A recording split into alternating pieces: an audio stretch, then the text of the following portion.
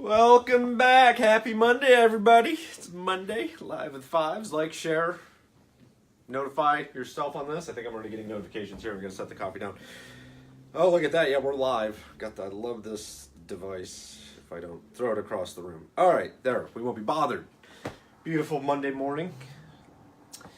So, what are we talking about today? So we talked last week a lot about growth and how to grow your business and do a variety of tactics that work. And today I really want to focus on one thing in particular that can revolutionize your business. And this comes down to how you perceive or what your quality of emotional intelligence is. Now, I'm sure if we think through our lives, we know really nice people that have done really great things, but maybe not have had the highest IQ. And then there's these really smart people that can't seem to get out of their own way. And, you know, I like to equate this back to high school when they tell you who's going to be the most successful, right? Because they don't really know, but what they do know when they say that is who has a high degree of emotional intelligence. It's like an innate part, and those are the people, that's why they're generally right. Unless in the case of my high school, those people go to prison. I'm just kidding. Not kidding. Kidding. All right, so what I wanted to walk through today is talking about emotional intelligence and how to gauge your own, because this is all about self-awareness, and the more self-aware we are, the greater our emotional intelligence is, and there's a direct link between the quality of your emotional intelligence to your success, and this is success in sales, and it's success in your job, your business, if you're a business owner, those types of things, and especially selling. So I'm drinking coffee today. Hope everyone else is drinking coffee. Good job, Devin, on the coffee. Appreciate that. All right. So we're talking about this, and so let's break this down, because there's really two kind of areas of emotional intelligence, and we're going to tie this in today. What you're going to get out of today is how to become more self-aware, because when you do this and you start to recognize some of these traits, I'm hoping you'll say, yeah, I'm really good at this, so you can build on those successful traits, or if you see some things that you're doing that you can stop doing, because a lot of times we don't even know we do these things, or they just kind of become ingrained in some of our habits, and if we know we're doing it, then we can address it. Really emotional intelligence breaks down into two categories: personal competency and social competence. And we're going to talk about this, but it's all about under the personal, the level of self-awareness you have, and that's what we're going to talk about today, is the level of self-awareness you have about this. And this is one of the things that we work with people on a lot, and it's the difference between somebody growing a company 5-6% and 500%. This is the magic sauce that we work with people to become more self-aware for their businesses, and self-management. We're going to talk about that, routines, how to build that. We talked a little bit about that last week, so go back and check out those Facebook Lives. Everything's on YouTube. Like and share it. Go to the FivesSquared Facebook page as well. So social is the social awareness and relationship management. Now, self-awareness, we're going to talk about that. And social awareness, what we mean by that is really the ability to read somebody else and have a level of empathy for what they're going through. And if you have that, and if you can relate in those things, that's a good thing. So let's talk about this. Workplace. So we're going to talk about some traits today, and positive traits. So early on, we talked about abundance and scarcity. Okay, so this all falls under the abundance mindset. There's a lot of goodness there. You know, and you can see this in successful people. If you wonder why people get promoted and move up through the ranks, if you're saying, well, they suck up and they do this, and you know, they're just the golden boy, be self-aware about that. Well, why is that? And you'll probably see some of these traits. You know, they're a team player. They're generally positive and upbeat. They're relatable. They're focused on what they're doing, so they produce quality work. They're accountable for their work. They don't blame others and things. They have a level of confidence, and generally they're ego-free, right? So highly successful people don't have an ego because they live out of that abundance mindset. And I just want to talk about the ego for a minute, because the ego is something we all have. And the ego's only purpose is to protect us. And so if we're living in fear and in scarcity, then that ego starts to make things up about other people. Now, I want to tell a quick story about a guy that I worked with at one of the startups I was at, and this guy had an ego that came in the size of one of those great big dump trucks that you see in mines and quarries. I mean, And the root of it, after observing this for a few years, really came down to his level of insecurity. And he had developed such an ego to protect him that he started to blame other people. So, and inevitably it added to the demise of the company. There was high turnover, there was a lot of strife and angst and all sorts of things. But it came down to that one thing. Instead of having the confidence to be who he was and focus on his talents and things, he didn't do that. So anyway, so if you're this, right, so what we're doing today is we're looking at some traits, right, for you to become more self-aware. Team player, we just went through those. And then we come back over here to the work, to other scenarios, whether you're self-centered, these people make everything about themselves. We all know these people, like they're always in chaos. They're worried about inane details. They're always apologizing for things. Again, you start to see the delineation of confidence, lack of confidence. But then you get into some more negative things. They hold grudges, and generally we hold grudges because we can't empathize with the other person or even relate to what perhaps that other person's going through.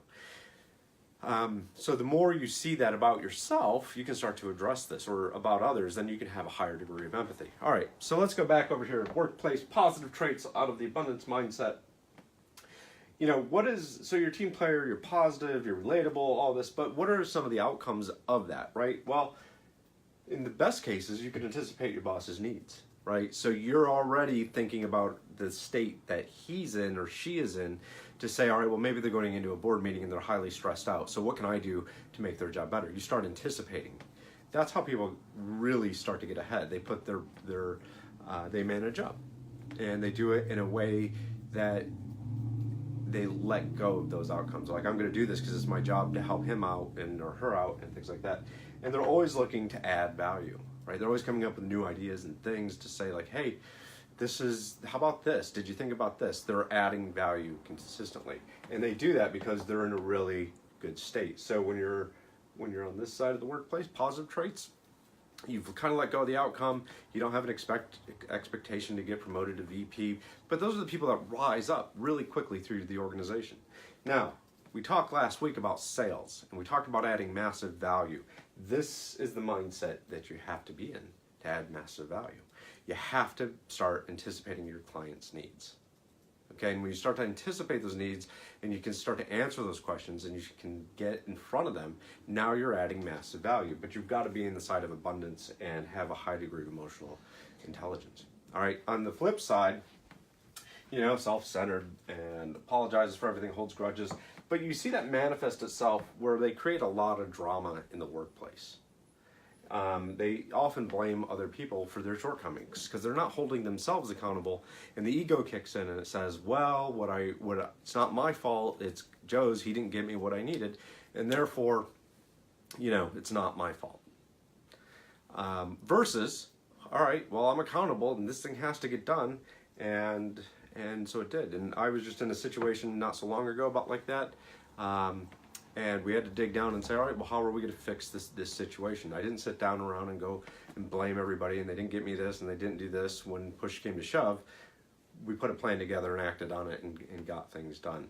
And the thing that I love about this over here, when things go wrong, you get into a situation of really focusing on how am I going to solve it versus blaming other people. Okay? Good. All right. So one of the other things that I wanted to talk to you today about was how do you gauge your own level of self-awareness, your own emotional IQ? And we do that by asking, and you got to be, the only way to do this, sometimes get an accountability partner, things like that, or somebody that's going to hold you honest, because sometimes it's hard to see this in ourselves, but honesty about yourself is pivotal. All right, so gauging your level of emotional intelligence. Well, first question I ask people is, how do you describe yourself? Okay, are you nice? Are you kind? Are you closed? Are you open? All these sorts of adjectives come together. And then the next question behind that is, how do others describe you? So this is somewhat similar to a 360 review that I'm sure most of you have gone through. But then you start to look at, all right, what mood am I in? Am I upbeat, like generally? And then we take it one step further and say, well, when something goes wrong or something doesn't go the way you expected it, because then what mood does that put you into? And generally, missed expectations are what make people angry. Well, and so you can start to see some patterns and things like that. How does your mood then affect how you communicate? So I hope that when we're doing this, whether I'm in a good mood or a bad mood, it's irrelevant because I'm here to serve you guys.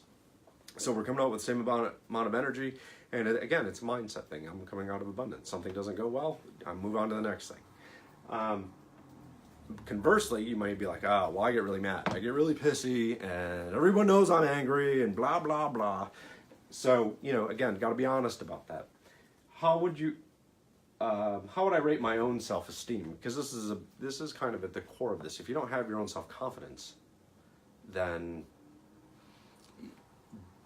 we got to start building that up, because the lack of confidence then engages the ego to protect you, and you move over here to scarcity.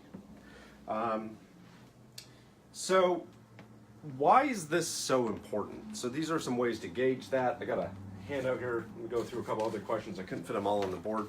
I love this topic. It's one of my favorites.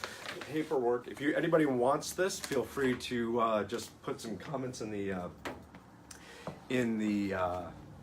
Facebook Live here, and we'll send you out this guide for emotional intelligence that we put together and kind of breaks it out. So, but one of the other areas is how do you react when you receive criticism? All right? Because we all get criticized from time to time, but people with a high degree of emotional intelligence can see what's rooted in truth and say, yeah, I really could do that. So I'm a member of Toastmasters, and one of the things is you're always kind of receiving, it's very positive and everybody claps. It's fantastic. Thank you, Karen Sachs, for getting me involved with that. Love it. But in there, how do you react to the criticism? Even when it's positive and stuff, a lot of people hang on to the negative piece. Well, oh my God, they didn't like that because I said 40 ahs during the speech. Versus, okay, well, I said that, so if I want to get better, then I can change my behavior. Oh, what else do we have here? Putting my personal feelings aside, what can I learn from this alternate perspective? Again, it's taking your ego out of that mechanism that protects us and allows us to think critically about some of the criticisms. Now there's another one. Let's talk about dealing with other people. Do you tend to focus on the positive or negative about people? Now, I was always raised that we looked at the negative, especially from one side of the family. And, it really tried to color that, versus the other side, always look for the positive in things. Unfortunately, I hope that I've gotten to the point of looking at the positive in people, or especially as I've gotten older and have my own business now, I'm starting to look at what is the situation that they're in. So I'll give you an example. I have a couple clients I met, or potential leads. They came and they said, hey, they really want to work with me, and so on and so forth. And I thought that we got to a point of closure on those deals, only to find out later on that they never signed up. And so I can take two approaches. I can give up and not like them and say, well, they suck because they didn't sign up, they didn't follow through with their commitment. So that's on kind of the scarcity side. Or I can say, you know what, they're just not ready at this time. And that's okay. And we can treat them. So, what I do typically is I send them a nice note and say, hey, I get timing may not be good for you, and I'm ready when you are, and just let me know. So that does two things for me, because I have a pretty high degree of confidence that I can let go of those things, so my mind's not stewing on those potential clients, and I've given them the opportunity to reach back out when they're ready, because life happens, and that's okay. So my point on that is, how do you react when those expectations, in my case, were not met? Do you get mad and angry and say, I'll never talk to these people again? Or do you say, like, all right, I'm going to leave the opportunity there, but I'm going to put it in a way that kind of lets them off the hook a little bit to take care of their business. And then when they're ready, they'll come back and keep open communication. And then I'm always looking to add massive value to them as time moves on. So again, these are this is at the basic level of successful people. And if you read any successful book, Think and Grow Rich, How to Win Friends and Influence People, like the classics, up in any of the Tony Robbins books, this is the underpinning of what successful people have identified as the reason for their success, is that they have a high degree of emotional intelligence. I hope you had a great time today. It was wonderful talking with you. It's a little cloudy here in York, Pennsylvania, but I have a cup of coffee, got to speak to all of you. Have a wonderful day.